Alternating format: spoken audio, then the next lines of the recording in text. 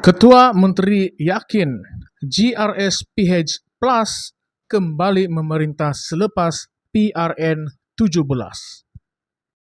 Ketua Menteri Sabah Datuk Seri Panglima Haji G. Nor baru-baru ini menyuarakan keyakinan bahawa Gabungan Rakyat Sabah dan Pakatan Harapan Plus akan terus memegang tampuk pemerintahan negeri selepas Pilihan Raya Negeri ke-17 yang akan datang.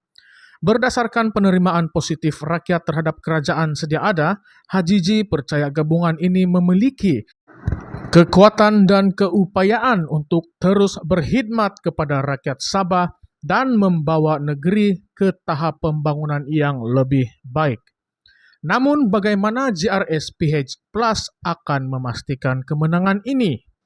Apakah strategi mereka untuk terus memenangi hati rakyat Sabah? Dalam ucapan di mesyuarat tahunan Parti Gagasan Rakyat Sabah, bahagian usukan, Haji G menegaskan bahawa gabungan tersebut akan terus menjadi kerajaan selepas PRN 17. Dengan syarat, mereka terus bekerjasama rapat dengan rakan-rakan politik dalam GRS dan Kerajaan Perpaduan. Kerjasama inilah yang dianggap penting untuk memastikan kemenangan pada pilihan raya yang akan datang.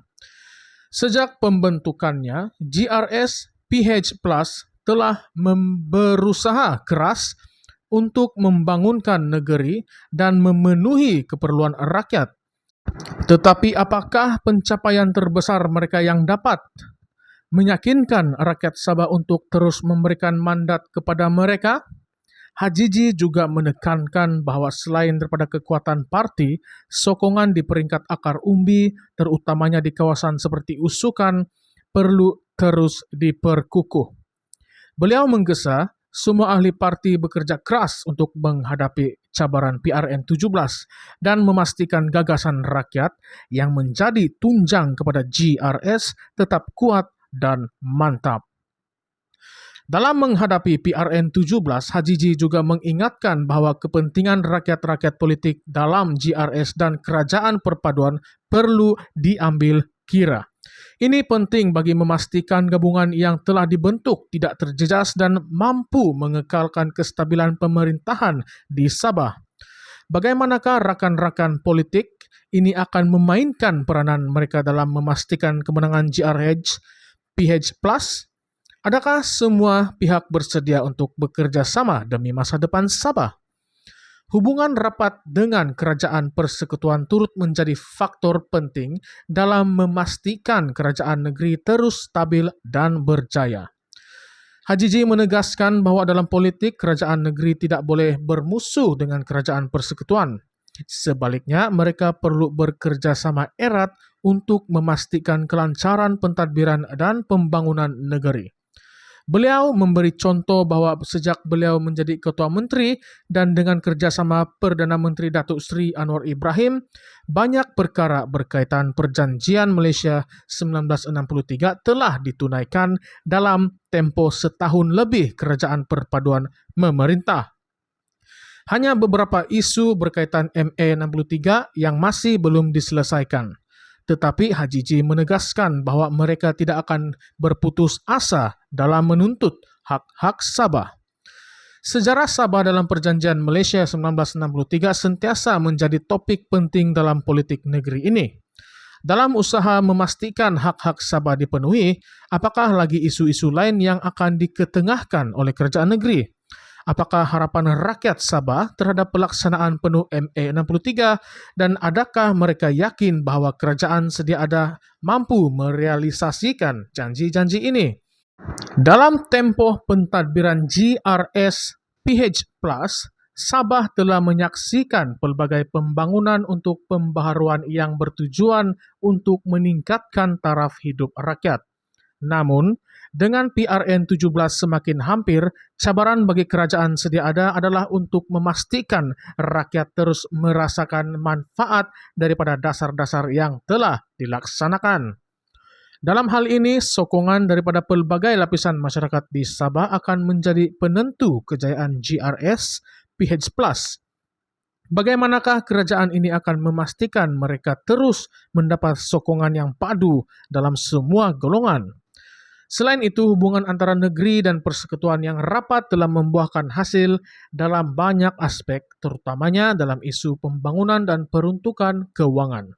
Kerjasama ini dilihat penting untuk memastikan Sabah terus maju dan mampu bersaing dengan negeri-negeri lain di Malaysia.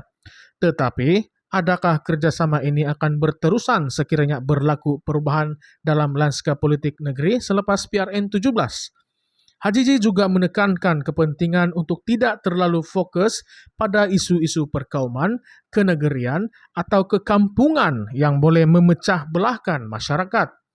Menurut beliau, dunia hari ini sedang menuju ke arah tanpa sempadan dan rakyat Sabah perlu bersikap lebih terbuka serta melihat kepada kepentingan bersama di peringkat nasional dan antarabangsa. Dengan pendekatan politik yang bijak, Sabah boleh terus maju tanpa menjejaskan hubungan baik dengan kerajaan persekutuan. Adakah ini pendekatan terbaik untuk memastikan kemakmuran jangka panjang bagi Sabah? Dalam menghadapi PRN 17, isu-isu seperti pembangunan, hak-hak otonomi Sabah, serta kepentingan rakyat yang menjadi topik utama yang akan dibicarakan oleh semua parti, GRS PH Plus yakin bahwa mereka mampu untuk terus membawa Sabah ke arah yang lebih baik, tetapi adakah rakyat akan memberikan mereka mandat sekali lagi? Apakah harapan dan kebimbangan rakyat Sabah menjelang pilihan raya ini? Dengan kejayaan yang telah dicapai dalam tempo pentadbiran sekarang, Hajiji optimis bahwa rakyat akan terus memberi sokongan kepada GRS PH Plus. Tetapi cabaran tetap ada dan kerajaan perlu memastikan mereka tidak leka dalam usaha mereka untuk memenangi hati rakyat. Apakah cabaran utama yang akan dihadapi oleh GRS PH Plus dalam PRN 17 nanti?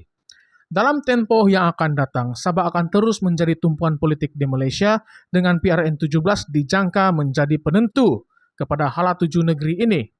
Sama ada GRS PH Plus akan terus memerintah atau tidak, rakyat Sabah mengharapkan agar siapa saja yang memerintah nanti akan terus memperjuangkan hak dan kepentingan mereka. Apakah visi masa depan untuk Sabah dan bagaimana PRN 17 akan membentuknya? Dengan keyakinan Hajiji dan GRS PH Plus, masa depan politik Sabah kelihatan cerah, tetapi ia masih bergantung kepada pilihan rakyat. Apakah keputusan yang akan dibuat oleh rakyat Sabah? Bagaimana pula GRS PH Plus akan memastikan mereka terus mendapat sokongan majoriti? Semua persoalan ini akan terjawab selepas PRN 17 nanti.